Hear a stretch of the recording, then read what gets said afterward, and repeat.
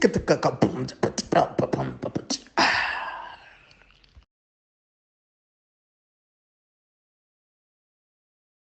everybody, guess what? We are back again. This is African Frame Podcast. I'm not alone. I'm with Rob Sibeko. We're just getting hydrated. And guess what? We are continuing with our discussion of upcoming movies of 2025. This is part 4, I believe. And if you have not checked out the other movies that we've already touched upon, do check them out. So also don't forget to subscribe, like, share, because trust me, you will not regret this. Anyway, so one of the movies that we're going to be touching on is a movie, an original movie actually, by Ryan Coogler. Now, Ryan Coogler has worked on Black Panther, he's worked on Fruitvale Station, he's also worked on Creed. So he's a very reputable director. He's really good at what he does, and he usually works with Michael B. Jordan. Now, they both have this new project called Sinners. This is a movie that has 3 million views on Warner Brothers. It's a Warner Brothers project. It's not a Disney project, funny enough. But it stars Michael B. Jordan, Omar Miller. Those who are not familiar with Omar Miller, he has been in a series called Ballers, and he was also in 8 Mile. He's quite a big guy. I believe you guys are probably familiar with him, but maybe not familiar with the name. He's a really good actor. And we also have Delroy Lindo. Delroy Lindo has been in a lot of things, including Heist, that has Gene Hackman in it. He was also in Malcolm X, starring Denzel Washington, directed by Spike Lee. He was also in Romeo Must Die, where he played Aaliyah's father in the movie. He was also in Blood In, Blood Out. And he was also in a series called The Good Fight, which is a spin-off of The Good Wife. And he has a viral clip where he was speaking to like someone, I think it's a news anchor or something, where the white person was like, okay, why can't I say the N-word? And he's like, well, if you want to say it. What's stopping? There's nothing stopping you from saying it. Say it. It's a very viral clip. Yeah, it's from the Good Fight. Anyway, so this movie is going to be coming out on March 7th. And there were rumors about it that this was a potential Blade movie, but then it got rejected. And then Brian Coogler decided to do it by himself. I don't know how true that is, but it does seem a bit dark. It does seem interesting. And yeah, it seems like it's a period piece because it seems like it's from like a really long time ago. So yeah, Rob, what do you think? I think I am a mixed feelings on Ryan Coogler person. I am a All very right. mixed when it comes to him because I think visually this man knows a good shot when he sees it, and my God, is this movie visually stunning. I Mm. think, ironically, you know what this feels like? You know the movie, okay, we talked about Guy Ritchie in a previous episode, um, where Guy Ritchie can turn anything into a good movie because of he's such a good director. So, like, for Right. example, he took a Jason Statham movie and a revenge heist movie into War, which is such a great movie. It's a better movie than it deserves to be, considering the Right. premise. Have you seen it? What's that? The Jason Statham one, the like Assault and Precinct 13 type movie. It's like, I think it's called War. I think. The war that I Wrath of know about Man. is Wrath is of the Man. is Sorry, my sorry? bad. It's called Wrath of Man, not War. War is No, Jason Statham and Jet Li. and Jet Uh, Li. That's yeah, the one that I'm familiar with. But the yeah, rest of Wrath men of I'm not Man. familiar with. No. Fantastic movie, better than it deserves to be. And to me, it feels like what Ryan Coogler has done here has taken From Dusk Till Dawn, Hmm? which is like a great Tarantino. What's his name? Eddie. That's Tarantino's friend. Robert Rodriguez. There we go. Movie and convert it into something that's deep and serious. And I feel like that's I mean, kind it sort of kind of gives like the great debaters type of vibe to of it. in You the know what I beginning. mean? Yes, yes, in the Yeah. beginning, 100%. That's the vibe I got. Only for it to become, but then when they also are coming towards the house like that, and then and they all put in that triangle, and the one chick is like scared. I was like, oh, this is From Dusk Till Dawn. This is Right. 100% From Dusk Till Dawn. That last few shots, Dusk Till Dawn for days. So it's vampires, right? It's what it feels like right now. It feels like it's vampires. Because why Okay. else give them? Why have so many guns visible?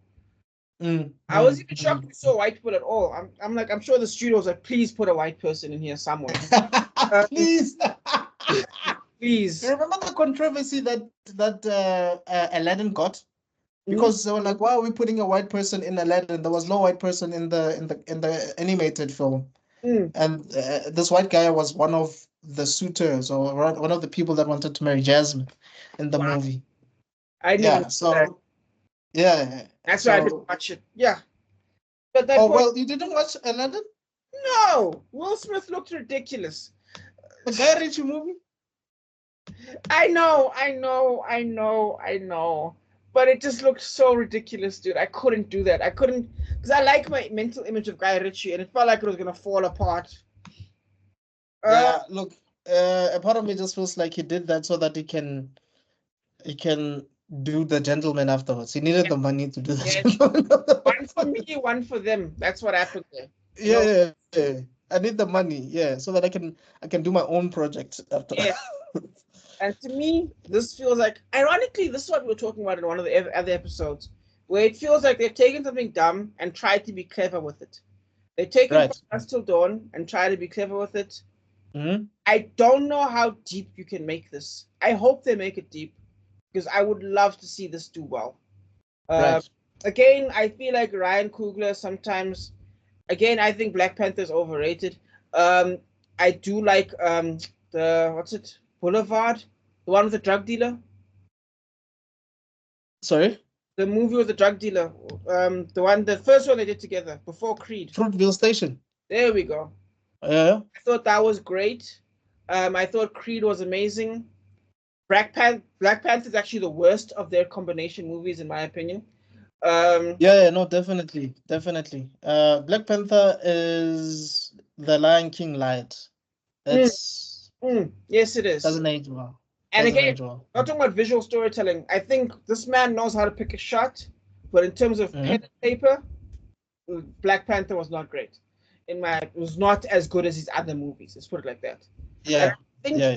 What's so nice about Ryan Coogler, he's got like almost Denis Villeneuve levels, where you can take something simple and like really draw your attention to it in such a way that even though you're looking at a shot for like a full minute, you're still interested.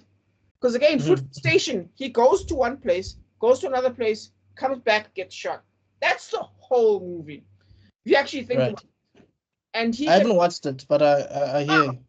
Oh, sorry, apologies. No. I already know that he dies at the end. Okay. Don't worry about that. I already know that much. Not a lot actually happens when you think about it.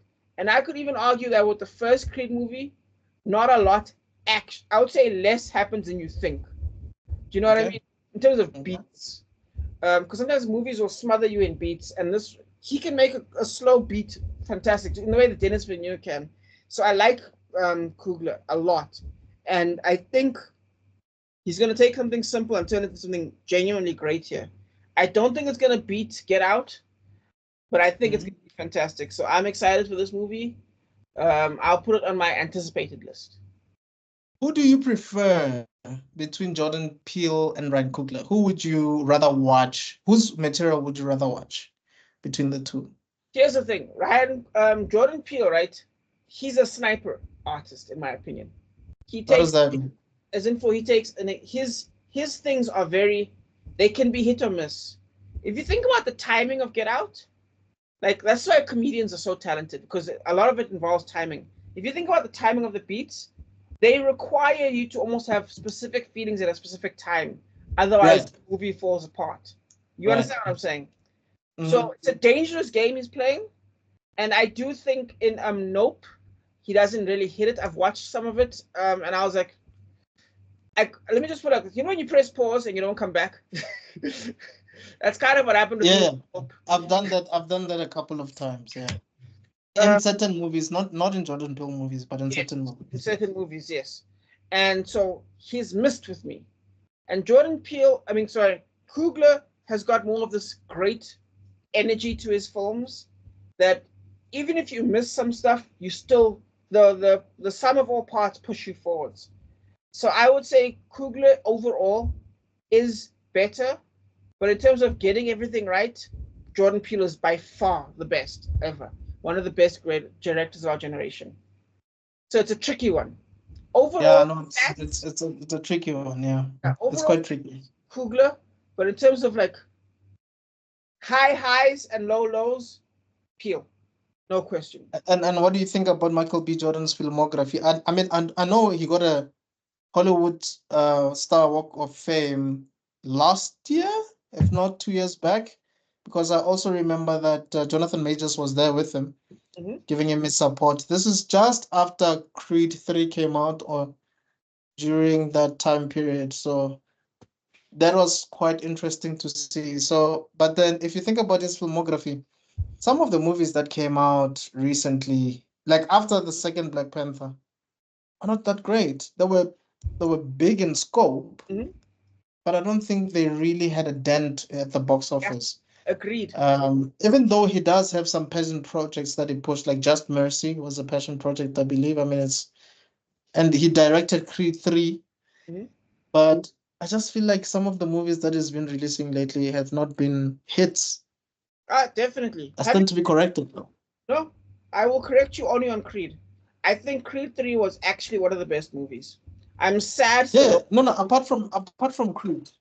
Yeah, okay. Apart from Creed, yeah. Okay, yeah. In But that you case, know the story with Stallone, right? Because yes, Stallone had a problem with the producer of Creed. yeah. They basically took his baby away from him. And that's kind Yeah. of breaking. As Yeah, art, that's messed up because that's what made him. The yes, Rocky franchise is what made Stallone. We exactly. wouldn't That have known that is Stallone wrong. if he didn't work on Rocky. Exactly. And I think it's Stallone's mistake. Okay, I get it. You're an actor. You can't save up enough money to buy the license back from them. You can't. It's impossible. He was stuck there. It would have cost $1 billion to try and buy, you know what I mean? To buy Yeah. the license. So you're probably stuck there. And to have your baby taken away from you like that and to not be able to get it back, as artists, I think we can all feel his pain. I think, yeah, Yeah. that sucks. I think though, which is Yeah. kind of makes it worse but better. Michael B. Jordan did such a great job with Creed that I almost feel bad for Stallone. Like I'm so sad that his name wasn't attached anywhere, despite the fact that this man tried to Yeah. Haji no Ippo, and I don't think he succeeded, but he still made an overall amazing movie. Like I can Right. see the vibes of Haji no Ippo. For those who don't know, Yeah, it's no, a no. He did say that he was inspired by anime. Made that perfectly clear. oh, So definitely. And he tried, like the part with the body shot where he like took the zoom. Fantastic filmmaking. I wish more boxing movies would do that. I actually think he unlocked something very clever because there's something anime. Oh, I don't want to do this. I'm getting wild into the weeds, but there's something anime does that American right. filmmakers just don't understand, and Mm-hmm. that's they focus on specifics that come together in such a way where you, the viewer, can visualize the Yeah. storytelling without, like, for example, like let me give you example. The Fighter, Mark Wahlberg, Matt Damon, which one? Yeah, Mark Wahlberg and Christian And Bale. Christian Bale, yes. It's just a fight. Even before Creed, okay, now I would say Creed 2, but Creed 1 and some of the Rocky movies, they're just fights. Maybe not Rocky 3, but so a lot of these other movies, they're just kind of fights. You don't get to Did see you did you feel the same way about Southpaw? I don't think I watched Jake Southpaw. Jake Gyllenhaal? hmm I never watched it, unfortunately. I don't Oh, know. I just never got a chance to watch it. oh, okay. Okay. But the breakdown of a fight doesn't show, because here's the thing about filmmaking and theater and even comics sometimes. It's plot beat, plot beat, plot beat, energy, energy, energy. They fight, energy, energy. Do you know what I mean? Like characters making decisions that affect the future, Yes. and then they fight. Yeah. And that's a mistake. And with Creed, it felt like it wasn't they fight. And with Creed 3, sorry, it didn't feel like they fight. Hell, even Creed 2 Right. could make a slight argument, but you could say, eh, whereas Creed 3, fantastic. So, Mm-hmm. yeah, I just, anyway, point is, I love Creed 3. And yeah, I have no idea what that Okay. means. Yeah, it's fine. I mean, you were just giving us your thoughts about Ryan Coogler versus Jordan Peele, and also Michael B. Jordan as an actor in his filmography and what he has been able to do directing wise, because Creed 3 was directed by him. Oh, can I say, But ultimately, yeah, I think, pardon? can I say one thing? Yeah. Steve Queen, where do you put him? Who? Steve McQueen, 12 Years a Slave. What's the other one? I'll tell you. The Steve McQueen I'm familiar with is an actor of Yes, like I the know. 70s and whatever. I don't know. But have you seen 12 Years a Slave? I have seen 12 Years of Slave. It's a good Yeah. movie. There's also a black director. He's done great movies. Just give me 1 second. He's a fantastic director. I actually think he might be one of the best directors of all time. His name is Steve McQueen. Widows. Yeah. He did Widows. I don't know if you know Shame or Hunger. Those ones are kind of they're great movies, but they're kind of old. But yeah, you never heard of Widows with Colin Farrell?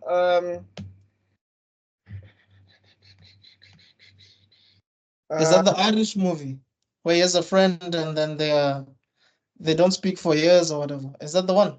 I'm not. It's Viola Davis. They're criminals. Oh yeah, I remember Viola. I think there's Viola Davis and then there's Jessica Chastain in it. Yes. I haven't watched that one. And then there's Liam Neeson as well in it. Yes. I haven't seen it. I haven't seen that one, but I'm familiar with the project. But 12 Years a Slave, you at least can see the mastery in that movie. Yes. Fantastic. Yes. I think he absolutely trumps Jordan Peele. I think he's of the three of them. I think he's probably the best director. Yeah, man. I mean, the scenes with Michael Fassbender and Lupita Nyong'o when he was whipping her was very emotional, you know. And I mean, and it had an ensemble. I mean, you had Brad Pitt, you had Benedict Cumberbatch, you had Paul Dano. As I've mentioned, Chadwell Atefo was there, and we also mentioned Michael Fassbender and Lupita Nyong'o. That's great cast overall. But there's our big three, eh? If we had like a black director, big three, that's them. Oh, in the modern era, I guess. Yeah, you can't talk about Spike Lee and what you call it, and F. Gary Gray and all those guys. Yes. No, those guys are Fuqua, whatever they're like previous generation. Yeah, Antoine Fuqua, right? Yeah. Okay. That's some history for you guys. All right, yeah, that is Sinners. As we mentioned before, the cast includes Michael B. Jordan, Omar Miller, Delroy Lindo, and it's a Warner Brothers project. It has 13 million views on YouTube, on the Warner Brothers YouTube channel, and it's coming out on the 7th of March. And yeah, we shall see if it does well or not. All right. The next one that we're going to be doing is Snow White. We actually haven't spoken about Snow White, Rob, but we're going to be doing that quickly. Obviously, this movie has gotten a lot of backlash because of the comments that the lady has made, the main actress. I forgot her name now. What's her name again? Can you check for us quickly? Is it Rachel Zegler? Rachel Zegler. Rachel Zegler.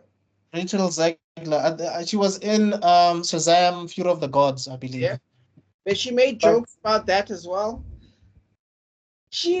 What did she say about Fury of the Gods? It's like, oh, I'm just here for the paycheck, and it's like, why should we watch the movie then if you're not so enthusiastic about it? It's like, what? And I think before this whole thing, we would have let that slide, but now it's really not funny. Do you know what I mean? So all the things. Yeah, no, she really needs a. Yeah. She needs PR, man. She needs a good PR manager because this is horrible. It's horrible. Yes, I think this sarcastic thing people try to do, it's not funny anymore. It's not fun anymore. It depends on who you are. For instance, I know. Someone mentioned something about Harrison Ford, and they're like, "Dude, this guy has been like this since Star Wars days." He's been a dick from the start. Yeah. So don't think because basically they were asking him about Hulk, like, do you like your look? It's like, no, I prefer green, not red. It's not my color or whatever. And people are like, why is he being a douche? They're like, dog, this guy has been a douche since the first Star Wars that came out. And to be fair, he doesn't change. It's not. I think it's authenticity.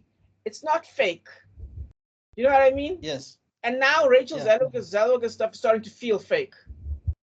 You know what I mean? Like her, like, oh, I'm sarcastic, I'm too cool for this kind of thing. It's not funny, it's not interesting. It doesn't work. Yeah.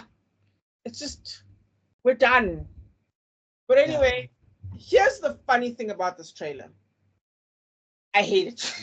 The dwarves look horrible. The CGI of the little people just does not look good at all. It looks horrible. Why didn't they just get real little Yeah. people? Why didn't they just get real people? Blame whatchamacallit, our Game of Thrones nigga. Blame him. He said this shit is racist, and then they fired all the little people. Who said that? What's his name? Game of Thrones. Come There's a on, lot man. of Game of Thrones people, bro. I don't know who you're talking about. It's at a funeral. What's his name? The short guy, Tyrion Lannister. Oh, him. Yes, he was the one who Peter Dinklage. Peter Dinklage. There we go. What did he say? Was he part of the cast? Okay, there's rumors that they offered him the job, and then he tried to get the job, and then they said no. That's a rumor, though, not confirmed. What is confirmed is this man was on a podcast, and then later on he said, I can't believe they're still using dwarfs or little people to do Snow White and the Seven Dwarfs. You know, I thought they were being progressive. What's going on? And so basically calling them racist. You know what I mean? And then, yeah, Disney went, oh, no. And then, yeah, got rid of all the little people. And then they tried to change it to make them, they called them Snow White and the Seven Bandits. That's that famous image that came out with the people of different sizes. And then the internet went, what the fuck is this? And they went crazy. So then they pulled a Sonic now, where they have to listen to the people. Yeah. The only difference is the Sonic. Everyone likes the Sonic one. Everyone agrees these are demons. This is a horror. These are horror. These are nightmare demons. What is this? It's so garbage. You know what they look like? They actually look like gnomes. You know gnomes? Gnomes, yes. They look like garden gnomes, bro. Badly designed garden gnomes. It's horrifying. I don't want to lie to you, man. If I was one of the little people that were involved in this project, I would be pissed. Yeah. And some people were. They were like, you're taking food out of our mouths. What are you doing? Yeah. Because you're not giving us work after this. You're just... Also, how much weight does Peter Dinklage have to be able to get a whole... Enough. Like, 7 people fired. Enough, dude. Okay. That's what I can say. Enough. This to me just seems like it's just a disaster, man. I feel like it's one of those projects that probably could have been shelved. I don't think there's any Snow White project that ever really worked. We had Mira Mira with Julia Roberts that came out a few years ago. And then we had the Huntsman thing with Charlize Theron. Which is what this is. This is Snow White and the Huntsman. Think about it. Yes. So we had that, and then we had a sequel of that, remember? Mm-hmm. Of the Huntsman with Emily Blunt coming in. That still didn't do that well. And then there was a Snow White made-for-TV movie starring Kristen Krug from Smallville. You remember Lana from Smallville? As Snow White. That still didn't work. Yep. It's a mess, unfortunately. And so clearly, having some of the most attractive women in the world still doesn't help when it comes to a Snow White project. Yeah, and having Lily Collins and Julia Roberts. Yeah, definitely. Crook. And they Charlize Theron, Emily Blunt. Yeah, some of these are genuinely good actors. And my God, ironically, the worst actress here isn't whatchamacallit. It's actually kind of, and I hate saying it because she's so lovely. It's Gal Gadot. She's too pretty. And by that, I don't mean, she's the most... And they know. They know. Look at them. Yeah, they know that she's pretty. Yeah, because, like, how are you comparing Mrs. Zellweger, number one? And number two is... That's the thing. Yeah. When I saw the comments, people are like, this mirror is lying. Okay, yes, I was going to say that. This mirror is lying. They didn't say that, but I'm saying it. This mirror is lying. You look at Gal Gadot. How are you saying that Rachel looks better than Gal Gadot? You are lying, Mira, bro. Stop lying. You're just a troll right now. That Mira is a hater for days, bro. What are you saying?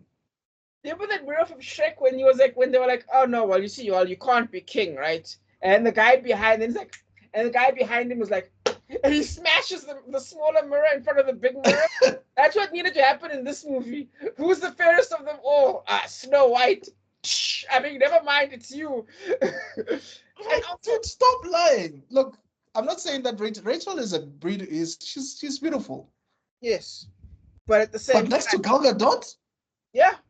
Come on. A building can be tall, but next to a skyscraper, it's not tall. Exactly. So what are we doing here? Yeah. And you see the casting in The Huntsman made sense when you had Charlize Theron versus Emily Blunt. You're like, whoa, it's Emily Blunt and Charlize Theron. You can't even choose. Like those are just, I'll put them on the same level. You know what I mean? Yeah. But anyways. Yeah. And Gal Gadot's acting is not great. The thing with Gal Gadot is her face is too. I feel like Gal Gadot cries beautifully.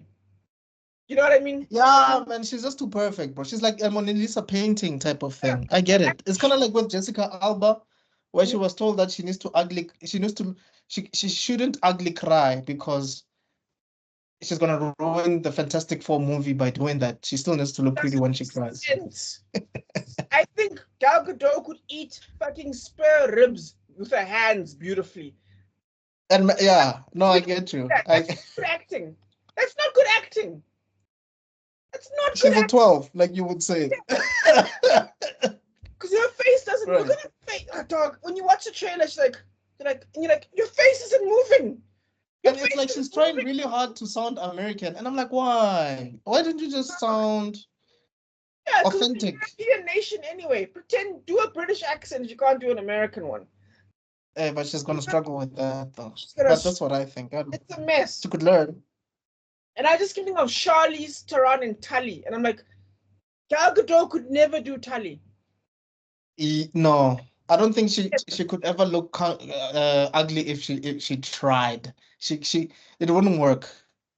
And the thing is, I don't know if have you watched Barbie? Yes, of course. There's a part where Margot Robbie feels ugly, and then the narrator's like, yes. Why did you choose to cast Margot Robbie then? Why did you choose to cast Margot Robbie for this scene? This makes no sense. Yes, exactly. Yeah, no, that narrator is us. It's like this scene doesn't make sense. What are you talking about? And it's not even just the general beauty thing. It's about changing your face because Charlize Theron can act. She can change her face. Do you know what I mean? And Gal Gadot needs to change her face. I need her to I want snot and trana, dog. I want to see something where, when your face gets crying, you cry, you're like, she needs to be able to do that. And I don't think she can. I don't think she can do that, dog. And it's such a disappointment. I don't think Margot Robbie is the kind that plays like the mother in Coming to America. Yes. Where there's not much. No, that was I think it's Marge Sinclair or something like that. Yes, you're right. R.I.P. Yes. Yeah. R.I.P. to a legend. But anyway, clearly you can hear that Rob and I are not even interested in watching this, but because this is our part-time job. So chances are we have to watch it so that we can review it, right? That's the thing. But my question to you guys is: would you go to the cinema to watch this? That's my question. That's number one. Would you take your children? Would you take your partner? Is this something that you will really rush to the cinemas to watch, or would you just wait to stream it at Disney Plus? Let me know. Let us know. Yeah, you don't. But as I've said before, you have to watch Snow White. Yeah. So as I've said before, on the Disney YouTube channel, it has plus 6.2 million views on there. So, yep, that is Snow White and also Sinners. Pardon? It's directed by Mark Webb, the guy who did Amazing Spider-Man. It did Amazing Spider-Man 2, right? Yeah. So actually gives a sign of how good this will be. Wow. Wow. No comment on that one. All right, so basically we are at the 30-minute mark. That means it's the last, we're going to be having to do another part for this series. So guys, thank you so much for checking this out. From myself, Mr. Extraordin, and Rob Sibeko. We shall see you guys on the next one. Cheers.